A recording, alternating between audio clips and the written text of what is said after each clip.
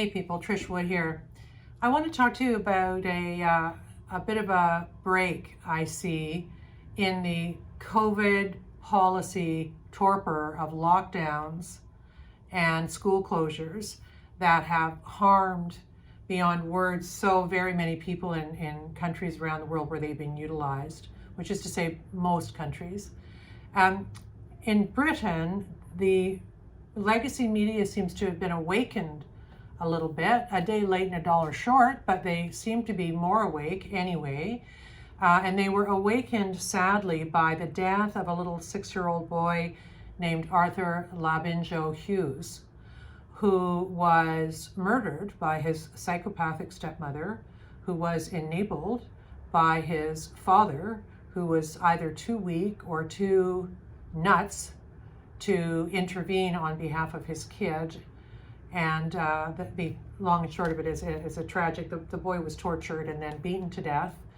And the pair were on trial in the UK, and it got a lot of headlines. But what became clear in that case, and what it became illustrative of, was the suffering of children around the world because of lockdowns and school closures. Arthur is an extreme case, but I will tell you something, he's not the only case. He's just the case that got publicity. And I think one of the reasons it hit the country, and indeed the world as hard as it did, was because there is a little bit of tape of him captured by some, I don't know why his parents would have been recording these things, given what happened, but there is a recording of this child crying about how no one loves him and no one is feeding him.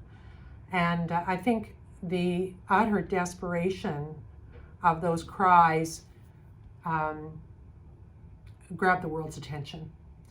And what became clear from the story as it was adjudicated through the courts and various witnesses stepped up to give their stories just like weeks ago was the notion that Arthur Labinjo-Hughes may well be alive today if there hadn't been lockdowns and school closures, right? He was left alone in that house with his insane stepmother for months and months and months.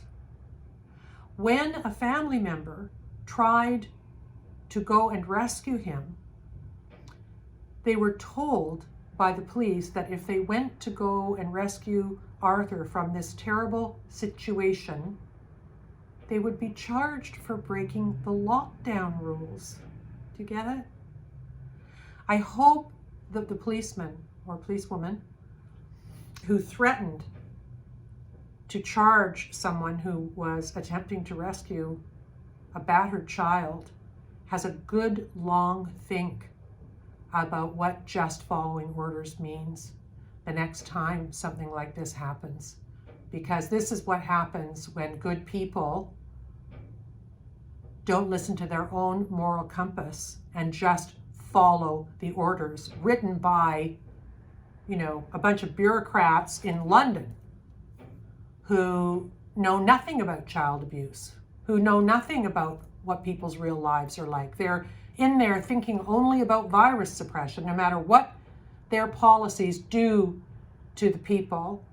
All they care about is COVID, that singular focus, right? It's just ghastly, absolutely ghastly. And here's the rub. Do not think for a moment that they couldn't have known this, because the minute that lockdowns went into effect, the minute that schools began to close, many, many people stepped up to say, this is going to be a disaster for children. They wrote op-eds, they tried to get on TV. Some of them did get on TV, not enough, but this was not a secret. The fact that children like Arthur were in danger by being locked down was not a secret, was not an unknown consequence of this policy. So you must ask yourself, why did they do it then? Why did they stumble into this so blindly? I mean, it's really just beyond reason, isn't it? Here's an article, COVID-19 school closings and child abuse reports. Research exposes a dangerous link. Suffering in silence, how COVID-19 school closures inhibit the reporting of child maltreatment. Nearly every child in England has fallen behind with education due to the pandemic. Arthur Labinjo-Hughes would still be alive if lockdowns had not happened, detectives say. After the sentencing of the two parents, Boris Johnson said, "I'll leave no stone unturned. We've got to get to the bottom of it." Well, here's what I would say to Mr. Johnson, the Prime Minister of England, who is letting his science bureaucrats and health bureaucrats run the show, even though they don't seem to be very good for the health of children. He's got to get to the bottom of it. But you know what? He's at the top of it. He is the one who allowed these things to happen. He's the one who didn't bring in experts from all walks of life to analyze what will the outcome of the COVID-19 lockdowns and school closures be. I mean, school closures, kids don't die of COVID.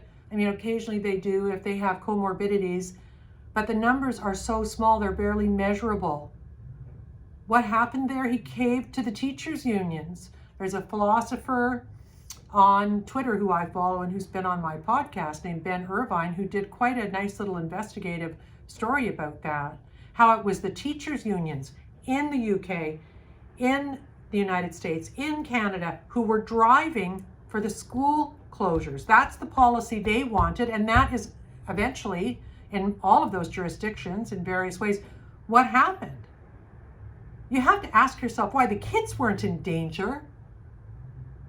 And if the teachers, if they were healthy teachers, they should have known that they weren't in danger either. And if they weren't healthy teachers, you know what they could have done?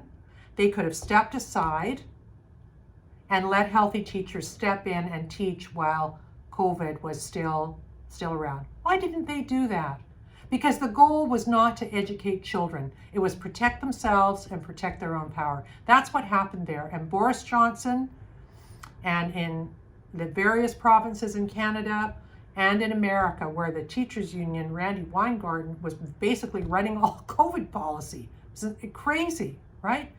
Not for the betterment of children. This is what happens when children don't go to school, when at-risk children cannot be monitored by teachers. Right? I think there was a teacher at some point in his schooling who made a report, but they were starving him. The teachers would have seen it if he wasn't locked away with a crazy stepmother who was bound and determined to make his life miserable until he died.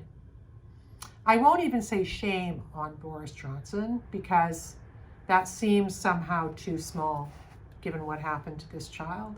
In the meantime, Boris Johnson has had his own new baby, and I think in the last 24 hours, and the headline this morning was that Boris and Carrie are hunkered down with their new infant in their newly, fabulously, expensively decorated digs, because he wants to virtue signal that he's a woke dad who's involved with his kid, while the country is going to hell in a handbasket. They're all afraid of Omicron. Are we going to make a policy now, or is he just handing that over to the sage people again?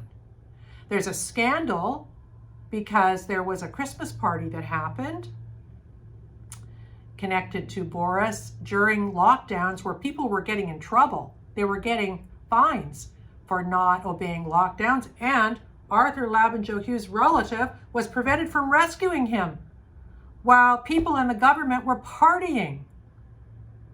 You see, I think for me the main thing is that, you know, Arthur Labinjo-Hughes was not a kid of rich parents. So there's a bit of a demarcation there. And I think what we're seeing with the elites who make the rules and force us, coerce us to follow the rules and punish us if we don't follow the rules that they don't follow. And it's not just Boris. I'm not being mean. Look at the the conference about climate change that they just had. Look at all the politicians, and virtually all Western democracies have been busted one way or another, sneaking away on trips, having big parties with no masks and no social distancing when everybody else is locked away. You know, it's gluttony. It's a new kind of gluttony. It's the gluttony of freedom. They get freedom.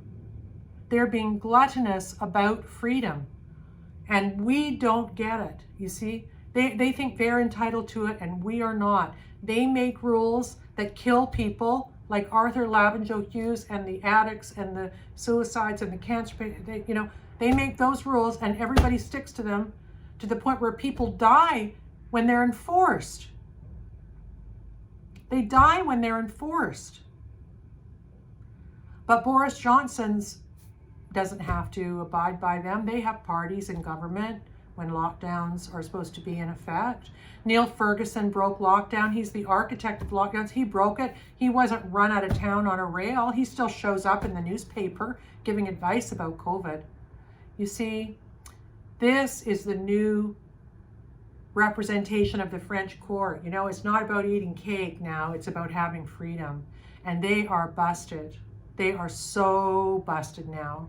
It's not theoretical anymore. And Arthur Labinjo-Hughes' death proves that. People die from these policies. They do die. And they die not just because he was locked away. He died because they wouldn't let him be rescued. So he has become the human face of this kind of, hypocrisy that people say they're hypocrites. It's not about hypocrisy. It's worse than that. It's an absolute disdain for the people they govern.